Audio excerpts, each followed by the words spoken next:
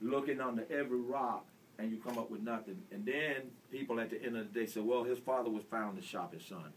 There were 9 to 10 teams recruiting my son at the time. I was active in my son's life at 7 years old. I'm active in his life now. None of those teams on record will tell you I've ever spoken to them about any inappropriate behavior. I will also go on, and I'll just end it at this. I'll go on record to say, if you can find 2 individuals that will sign off on knowing anything about me on an inappropriate behavior basis, that this article or this investigation would typify who Cecil Newton is, and that sounds like who he is, I would come on the show with them. And we'll have a roundabout discussion. Okay, so if that person is out there, I welcome them to come. If they have any validity or any credibility, let that be the statement. That's as far as I can go with that. Cecil Newton here on The Drive. How tough was it for you and your family, because you're a man, like you said, you got thick skin, but just to see your family's name being dragged through the mud at that time? Oh, it was brutal. It was brutal. And I learned a new thing about media coverage. I learned, to not always make an assessment about people when you don't really know them or know the true case involved. I would be driving home in Atlanta, and I mean, I'm a sports talk show host, addict, so I keep the channel on. Yeah. And there were statements made about me, man, that I basically went straight through the intersection running a red light. Literally, because, people calling in saying they knew this and saying they knew that, saying they heard this, saying they had evidence, and that was not the case at all. So, I was humbled by it, and I still am humbled by it, but we live beyond that point. We appreciate your candor and honesty, and the intestinal fortitude that Cam displayed back then is what made him so successful. When you look at his game, if you can look at his game for a second and pretend that he's not your son and just pretend that he's an NFL quarterback, what do you think the things that Cam needs to improve upon the most after 5 games this season? Quite frankly, I see the same things most other people see. Of course, yesterday he was real high and kind of somewhat unsure of himself. And that's not really the Cam that I know. But for whatever reason, the ball was sailing or this or that or this or that. But I know he puts the time in. So, as he said himself, he's got to go back to the drawing board, kind of tweak some things, fix some things. Trust his coaching. Take what the defender gives you. Not press and not force stuff. I think we'll have time to recover from that particular point. We just need to get one win. We don't need to look at the whole season.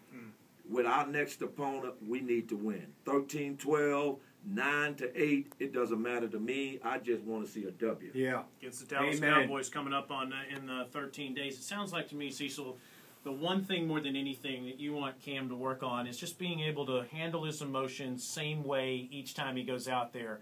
And good or bad, that's the hardest thing to do, really. Yeah. Well, I think also, he experienced so much success so quickly as he burst on the NFL scene, coming out of college, Heisman Trophy.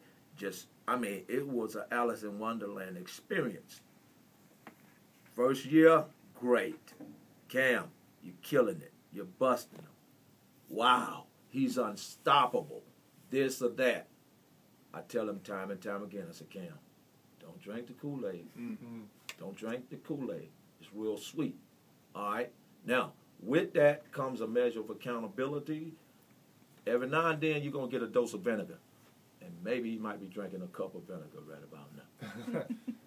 Because of a couple of years ago, I have to imagine you personally. Now, I know that you've gone through some ups and downs in your life. Going through some hard times, you and your wife, in terms of financial hard times or etc. But I have to imagine 2 years ago, as you watch your son have one of the greatest years, if not the greatest season in college football history, win the Heisman Trophy, win the national championship, and you have to go through all this personal stuff where people are trying to see what you did or what you didn't do. Mm-hmm. You're not allowed to go to the national championship game. Mm-hmm. That's complete BS. Was that the hardest year of your life?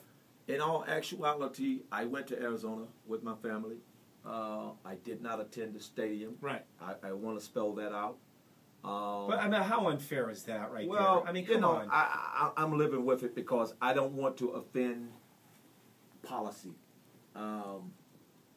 And I'd like to explain it to you. I was in Arizona at the time.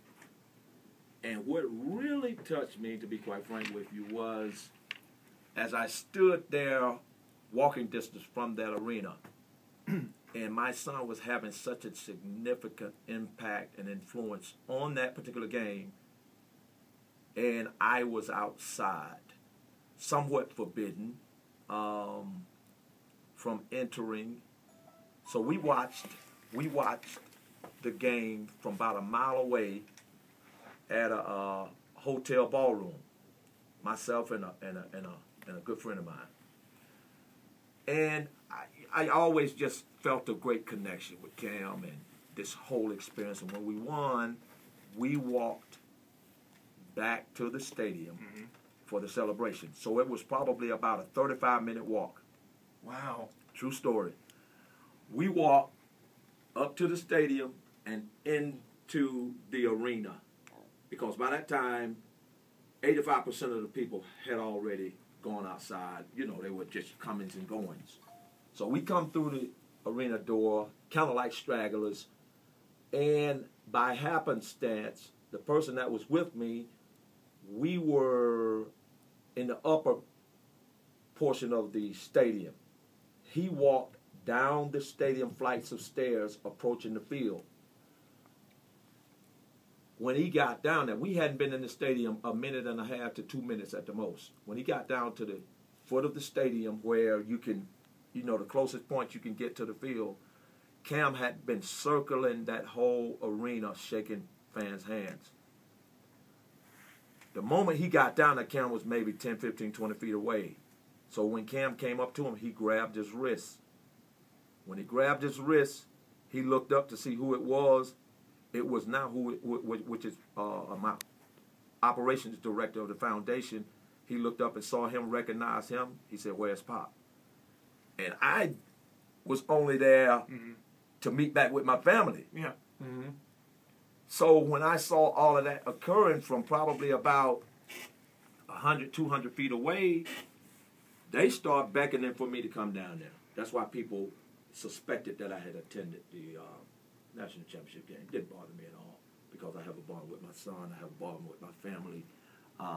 It's bigger than an event. So that's kind of how that whole picture evolved with Cam Newton and his father, you know, defying all requests for him to stay away from the game. Cecil Newton live in studio with Taylor Zarzour and Mark James here on The Drive. Cecil, with the success that Cam had his rookie year, winning the AP NFL Offensive Rookie of the Year, shattering Peyton Manning and Steve Grogan's records, comes a lot of adulation, comes endorsements. You got Under Armour. Yeah. You got Gatorade. You got Beats by Dr. Dre. You're nearly on the front cover of Madden.